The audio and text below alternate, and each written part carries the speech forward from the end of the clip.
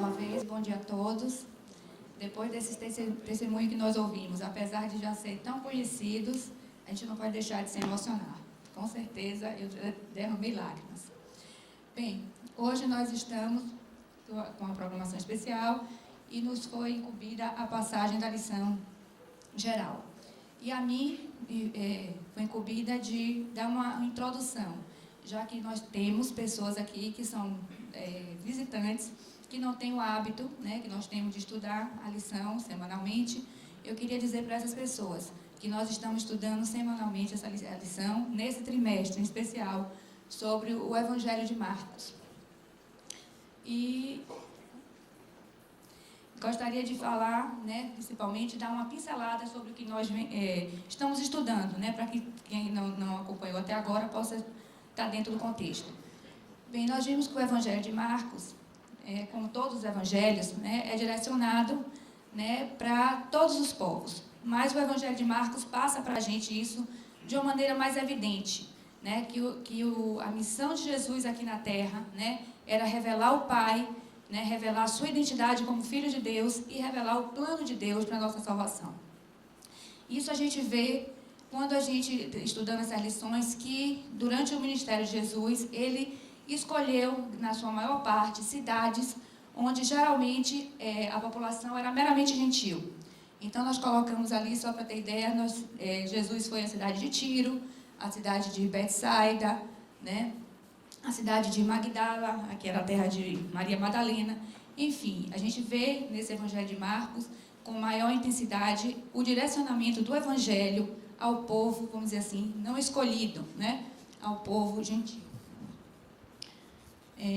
Através de Jesus tentando mostrar a sua identidade como Filho de Deus, ele vai combatendo com isso algumas distorções que foram feitas pelo povo judeu, principalmente pelos dirigentes, pelos fariseus, na verdade divina. Ali eles pregavam muito, aí como nós falamos, os objetivos, que é a identidade divina, mostrar o verdadeiro reino de Deus, suas características, e aí ele combatia essas distorções que foram feitas no verdadeiro evangelho, como legalismo, acepção de pessoas, o orgulho. Isso Jesus foi ensinando, e por isso a lição de hoje também diz que é ensinando aos discípulos e, logicamente, a nós hoje também. Bem, em relação a mostrar a identidade divina de Jesus, logo na primeira lição nós vimos que o verso da lição, dizia justamente aquela passagem por ocasião do batismo de Jesus, quando o próprio Deus revela Jesus ser seu filho. E ele diz: então foi ouvida uma voz dos céus: tu és o meu filho amado, em ti me comprazo. Bem, em relação a mostrar o verdadeiro reino de Deus, suas características, Jesus demonstrou que o reino de Deus era um reino diferente daqueles que as pessoas esperavam. E aí, na outra lição, nós vimos também isso muito bem explanado quando lemos: é mais fácil crer em um Messias que conduz um exército à vitória, traga a liberdade e enche estômagos do que em alguém cujo caminho leva ao Calvário. Jesus não era o Messias da expectativa popular. Seu distintivo era uma cruz, não uma coroa. Feliz sábado a todos. A minha esposa deu uma introdução geral na lição desse trimestre sobre Marcos, e agora vamos entrar especificamente na lição dessa semana.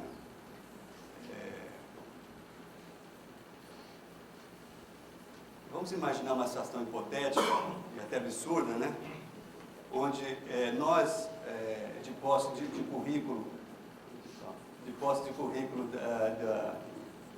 dos apóstolos, discípulos, encaminhasse para uma consultoria de recursos humanos para fazer uma avaliação do perfil e potencial desses candidatos para uma missão que é disseminar o Evangelho. O que nós poderíamos chegar? Que Simão Pedro, após vários testes psicológicos, etc., que Simão Pedro era emocionalmente instável, de que, dados os surtos de temperamento, o próximo André, sem qualidades de liderança. os filhos de Zebedeu, Tiago e João, colocam interesses pessoais acima da lealdade da empresa. Mateus está na lista negra da Agência Grande Jerusalém para Desenvolvimento Empresarial. Tomé tem atitude questionadora que tende a enfraquecer o moral, muito descrente. Agora, o candidato recomendado, com grande potencial, homem de habilidades e recursos de grande confiança, seu nome é Judas Iscariotes. Essa é a percepção que os homens têm, que os homens não conseguem, como Deus, enxergar o coração. Onde o homem enxerga um simples pastor, Deus enxerga um rei. Bom, os objetivos específicos dessa lição é demonstrar que o verdadeiro poder é o poder que vem de Deus. Demonstrar que a nossa eficácia como servos de Deus não resulta da bondade intrínseca. E comparar e contrastar os padrões do reino de Deus com os do mundo. E sucesso público. Essa lição de domingo, temos a seguinte pergunta. Os discípulos já haviam saído sem Jesus e expulsado demônios, como relata em Marcos 6, 12 e 13. Mas agora eles haviam fracassado. Conforme diz o texto, por que eles falharam? Essa é uma questão que todos nós temos que refletir, como a gente já viu em outras partes da Bíblia, eles já haviam expulsado demônios sem Jesus. Mas o que aconteceu? Eles falharam porque expulsar demônios se tornou rotina. Eles se acharam autossuficientes, não foram em busca da verdadeira fonte de poder e perderam o senso de independência do mestre. Toda vez que a gente coloca as situações em piloto automático, a gente corre esse risco, de fazer a coisa de forma automática. E, no caso, eles se acharam com a condição, com o poder de fazer aqueles milagres. Mas o apóstolo Paulo diz o seguinte: não me envergonho do Evangelho porque é poder de Deus para a salvação. Ele ainda diz: eu me alegro com as dificuldades pelas quais passo por causa de Cristo, porque quando perco toda a minha força, então tenho a força de Cristo em mim. Amém. E os discípulos, nesse afã aí de disputa de poder, e inclusive com um conceito de poder errado, apesar de todas as indicações de Cristo, como é que seria o poder dele, como é que seria o reino dele, eles estavam discutindo quem seria o maior, E Jesus disse, assentou-se, chamou os 12 e lhe disse: se alguém quer ser o primeiro, será o último e servo de todos.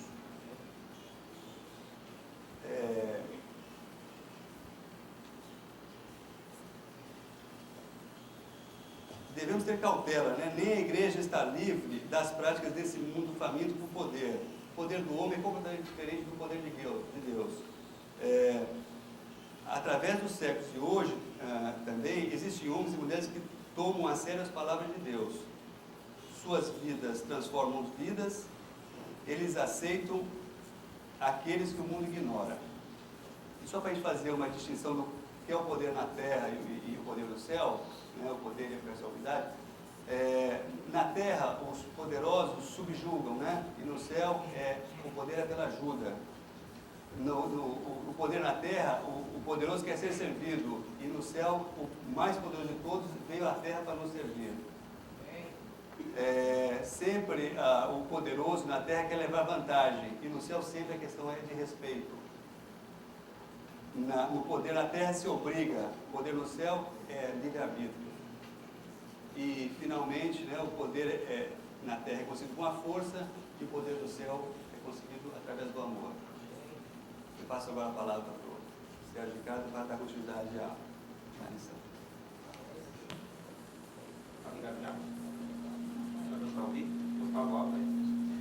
Bom, fico muito feliz de estar aqui presente com vocês e é isso que eu gosto.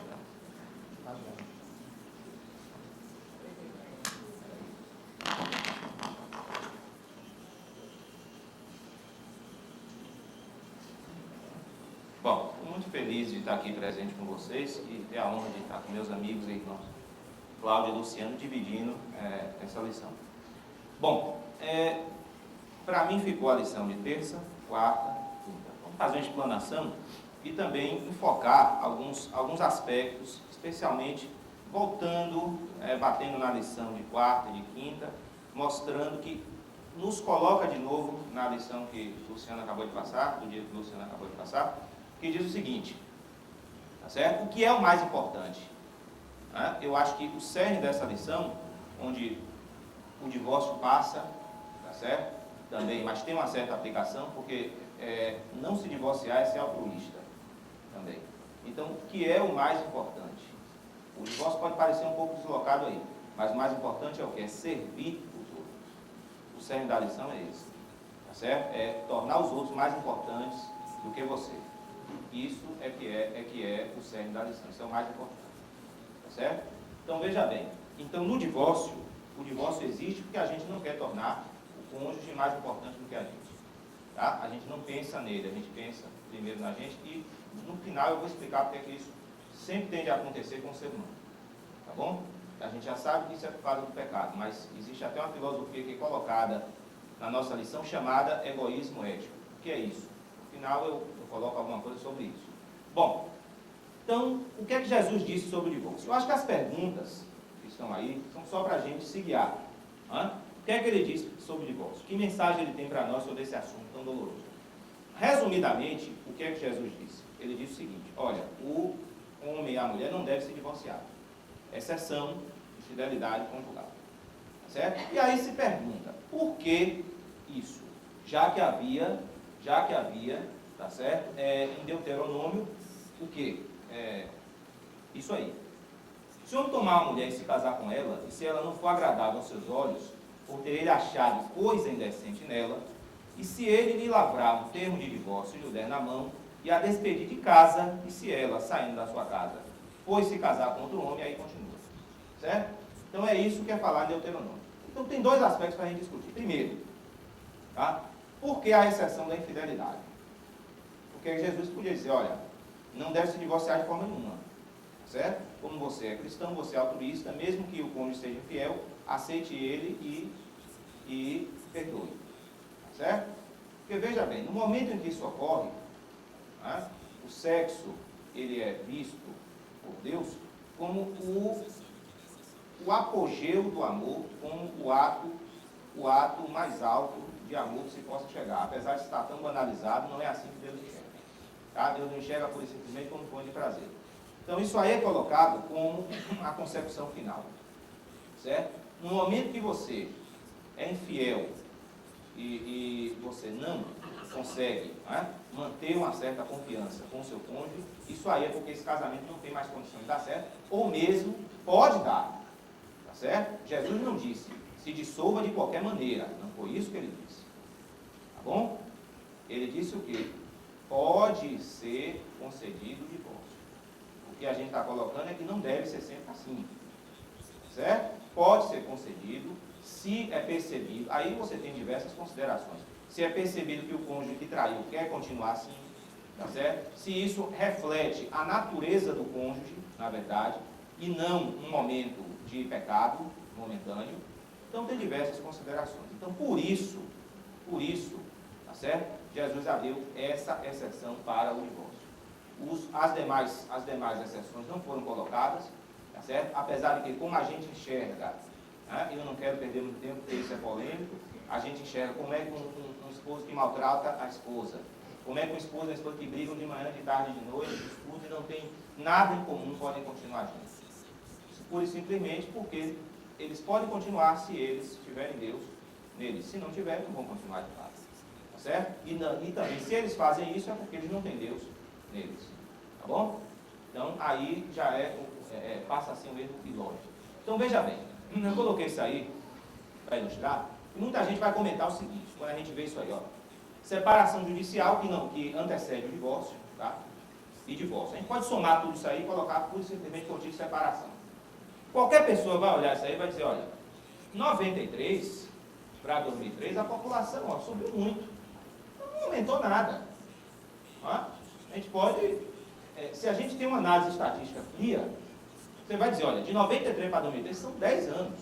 Então a população não aumentou nada, aumentou bastante. Então, Essa taxa aí, se a gente for colocar em percentagem de casamento, não aumentou nada, mas aumentou. Ó, de 93 para 2003, o número de casamentos, tá certo? Permaneceu praticamente o mesmo, com a queda até em 2002. Eu não gosto muito desse gráfico, porque essa queda aqui, ela é muito superestimada, né? Porque é de acordo com a dimensão que foi colocada aqui. Mas se você observar bem, quase não houve variação. De 93 para 2000 para 2003. As pessoas não estão casando muito, tá certo? Há uma queda na taxa de casamento, você pode até afirmar, proporcionalmente ao número de habitantes. Ó, exatamente essas frases, não sou eu coloquei embaixo, foram colocar. Amor, nós somos ensinados repetidamente, consiste em abnegação. Amor baseado em egoísmo, nós somos prevenidos, é barato e só. Verdadeiro amor, nos é dito, é altruístico, mas é assim mesmo. Então essa pessoa, isso aí é para vocês refletirem, amor genuíno é o oposto exato. Ele acha isso. É a experiência mais egoísta possível. Eu não penso assim, estou dizendo para que vocês reflitam. Na verdadeira sensação do termo, beneficia sua vida e, de certo modo, isso não envolve nenhum sacrifício de outros para você e de você para outros. Pode ter assim um certo sentido, mas não é assim. A gente sabe que não é. Envolve sacrifício, sim, tá certo? De lado a lado. Vamos lá. Então, aí foi criado, né, o egoísmo filosófico e o egoísmo psicológico. Se procurou estudar egoísmo, tá, para sedimentar e se dizer, se criar uma teoria do egoísmo. E as consequências disso aí foram péssimas. Se concluiu o seguinte: o ser humano é egoísta e deve ser. A conclusão final desses estudiosos é essa. Completamente oposto ao que Jesus disse. O ser humano não deve ser egoísta. O ser humano deve colocar o outro ser humano acima dele. Os 4 quadrantes, a lição é essa daqui. O cristão tem que estar aqui. Certo? Esses quadrantes aqui, a gente já viu, ó. Bonito isso aqui, tudo bem. Se a maior parte das pessoas conseguir ficar aqui, já é um ganho. Ela é egoísta, ela quer sobreviver. Eu não estou dizendo também que você deve deixar de sobreviver ou deve deixar de prover a sua família. Eu até diria, você deve ficar aqui, mas também um pouquinho para cá. Você também tem que chegar um pouco, senão você morre, senão sua família se acaba e você não vai ter condição de servir ninguém. Tá certo? Mas aqui não. Tá bom? Então, eu queria encerrar colocando que o cerne é esse, tá? É servir os outros, é o principal. Ou seja, a gente perguntar a frase da lição é essa. Certo?